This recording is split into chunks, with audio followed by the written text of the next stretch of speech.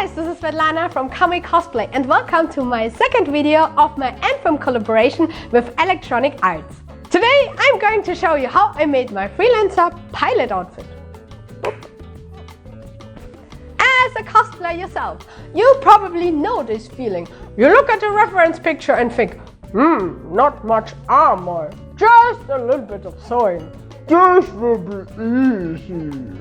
Well, turns out I'm not really good at guessing and also not at sewing. So I'm sure next time I will be able to probably estimate the time I need for a costume like this. Yes, hopefully. So this sounds probably super weird, but I actually have a sewing book for beginners. You look, there are actually tutorials in it. Because I think only people who have no idea how to sew can also help people who have no idea how to sew. So if you need help because you have no idea how to sew, check out my cosplay book for beginners, cosplay.com.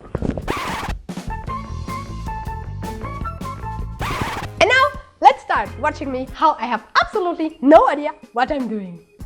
Yay! In Anthem, a Freelancer is the pilot of the Javelin. You can spot the version I'm making in a few artworks of the game, like here and here. Oh, also in the character creation screen, as well as in the suiting up sequence. Luckily, EA helped me out with more detailed references of the design from different views.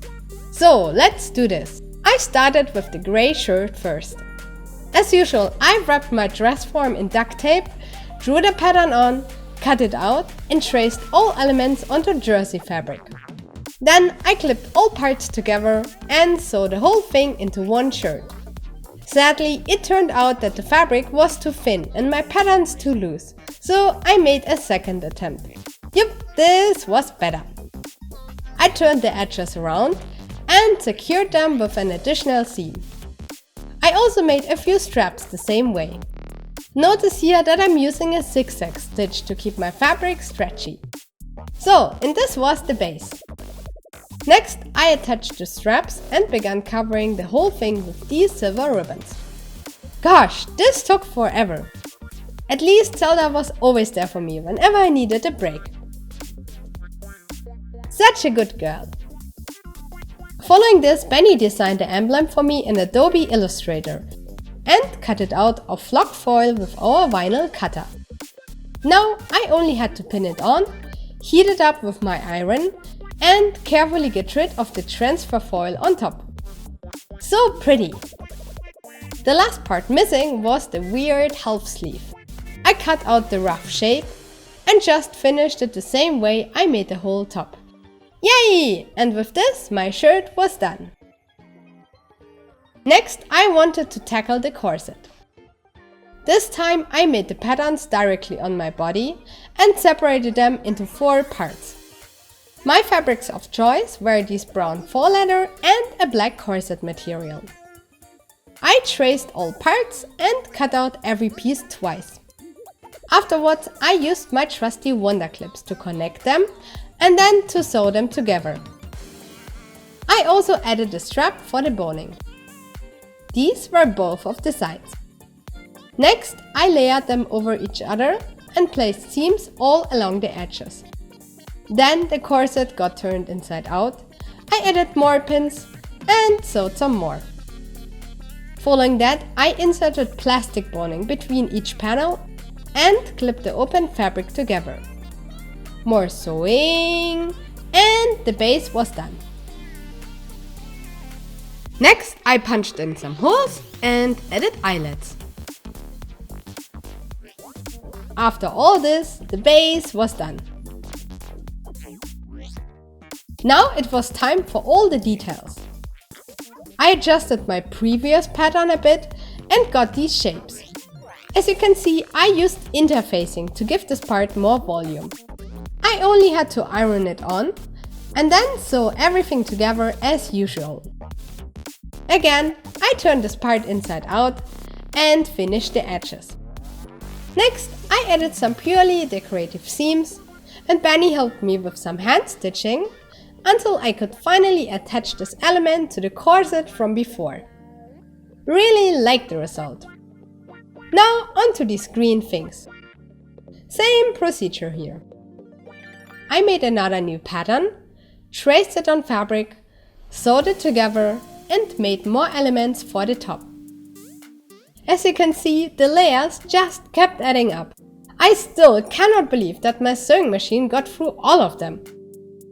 Benny also did some hand stitching here, and I added more stuff and even more stuff. All of these steps are pretty much the same as before, so please excuse me if I don't show them all in detail again. I also had to place plenty of buckles, which Benny had to paint silver first. For this he used the wax paint Rub and Buff. After that I added some belts here and there and attached them to the corset. Well, and this was the result so far.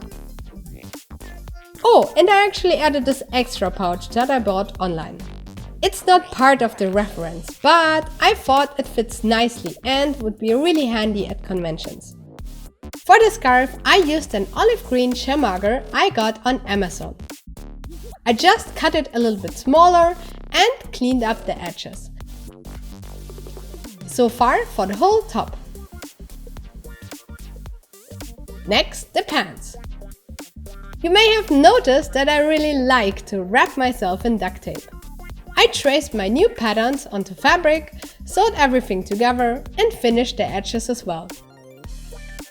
Afterwards, I added this green trim and Benny covered the pants in masking tape to paint on these thick white stripes.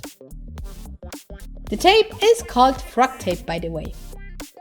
Next, I added some belts with Velcro and some black rubber bands to keep them in place. I really wanted to get the same knee-high military boots like in the reference, but these were the closest ones I could find. Guess they have to do. Now I sewed a bunch of different fabric parts for my knees and arms. Once I put them together, these ones became part of my elbow guard. I only added some belts and Velcro for the attachment, and this was the result. All other elements were treated the same way. Just some bolts and buckles. For the knee guards, I started with a paper pattern this time. I traced it to foam, heated up some wobbler and made a craft foam sandwich. As long as the material was still hot, I was able to shape it the way I needed it. I also added some round details to the top. Benny then primed it with Flex Bond, painted it with acrylic paint and added a yellow V shape. Looks good! Now I just had to use my trusty hot glue and stick it to the knee pads. I also used the same technique to make the elbow guard pieces. So far so good. For this thing on the hand, I just sewed some 4-letter belts around my wrist and hot glued a piece of painted wobbler to the front. Finally, Benny weathered the whole costume with brown airbrush colors. As you can see, he mostly added dirt to the edges and some random spots here and there. This step just made the costume far more believable and real. The boots also got covered with brown paint. Looks a lot better, right? Now let's do the fitting test.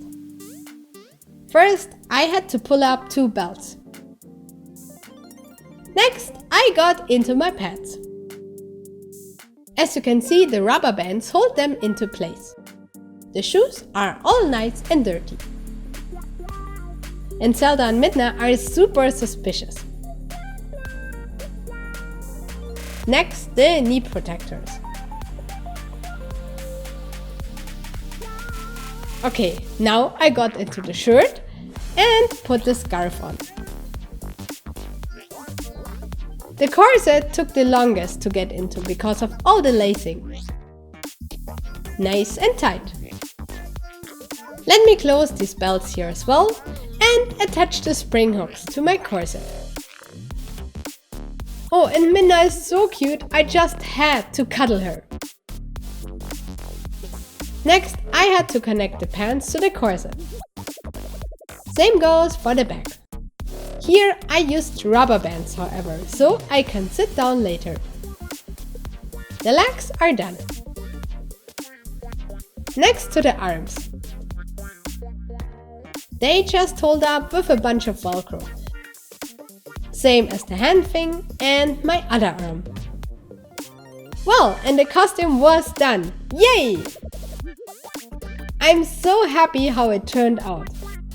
It's super comfortable and a breeze to get into.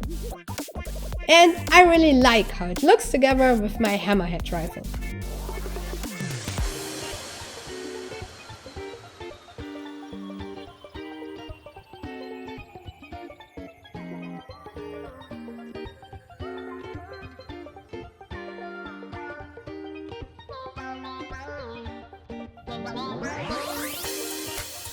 So, did you also ever started with a costume you completely underestimated? Tell me in the stories, in the comments. Tell me your stories in the comments. Maybe reading them will help me not to fail that much in the future as well. Yes. So with the rifle and the freelancer outfit done, my Anthem project is almost finished. The only thing missing is the ranger helmet, and as you can see, I'm already pretty far, so the next video will come very soon. So if you like this video, please subscribe to our channel, hit the notification bell and consider to support us on Patreon. And see you soon. Bye bye!